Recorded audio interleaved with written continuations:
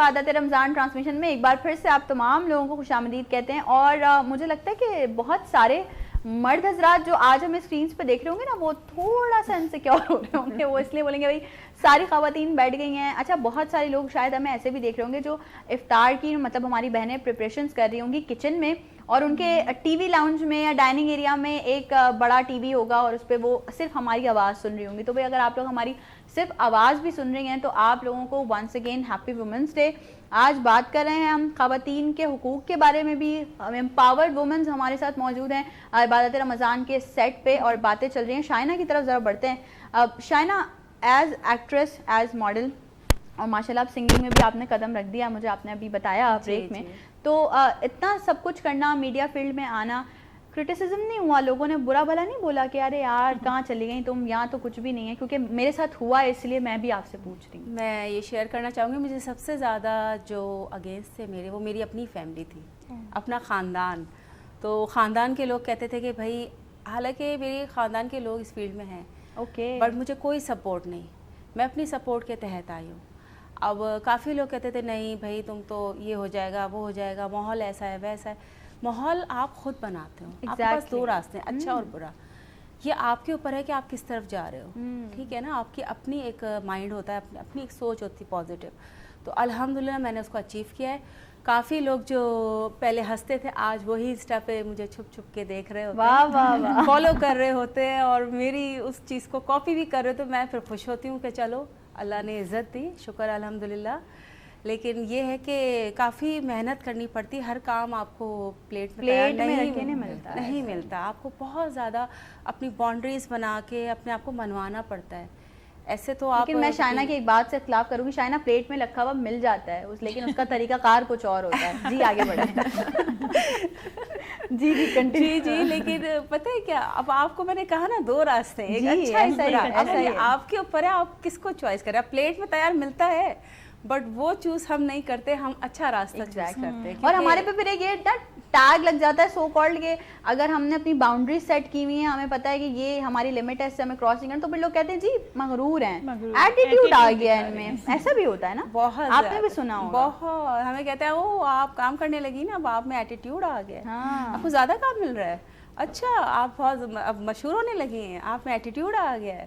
تو اب خیر سب سے زیادہ جو مجھے اچھا لگا ہے وہ اپنے خاندان سے رسپانس اچھا مل رہا ہے. تو میں نے آپ سے کہا نا انسٹاگرام اینڈ اسٹوریز چھپ چھپ کے دیکھتے, فالو بھی کر لیا, ایسی بات نہیں, اور بات بھی کر رہے ہوتے ہیں, رابطے کر رہے ہوتے ہیں, بھائی اب کیا کر رہی ہو, اب کیا کر رہی ہو. اب ان لوگوں کو ایک جستجو ہوتی ہے کہ ہم پوچھیں اب کیا ہے, اب کیا ہے. تو یہ آپ کی اچیومنٹ ہے کہ آپ نے ان کو دکھایا کہ آپ صحیح راستے پہ ہو.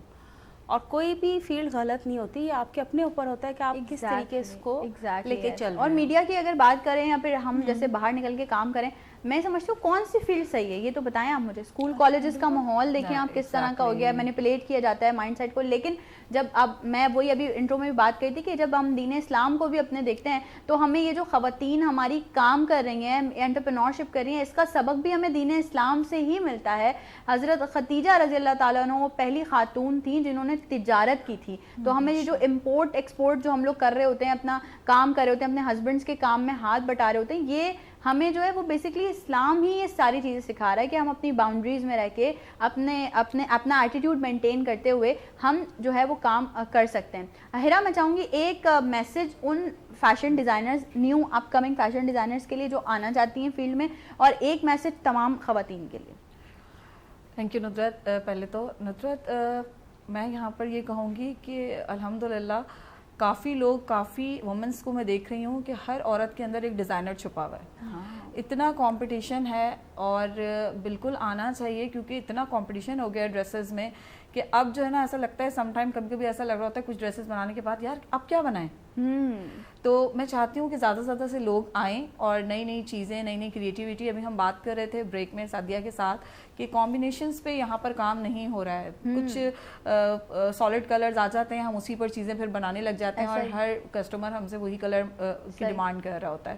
تو جتنے بھی بڑے ہمارے ڈیزائنرز ہیں تو ان سے بھی میری یہ درخواست ہے, اور ہم خود بھی کوشش کر رہے ہیں اس پر کہ ہم نیو کمبینیشنز کی طرف آئیں, ایسے کمبینیشنز جو کبھی پہنے نہیں گئے, کلرز ہم نئے نئے کمبینیشنز لے کر آئیں تاکہ لوگوں کو کچھ چینج لگے.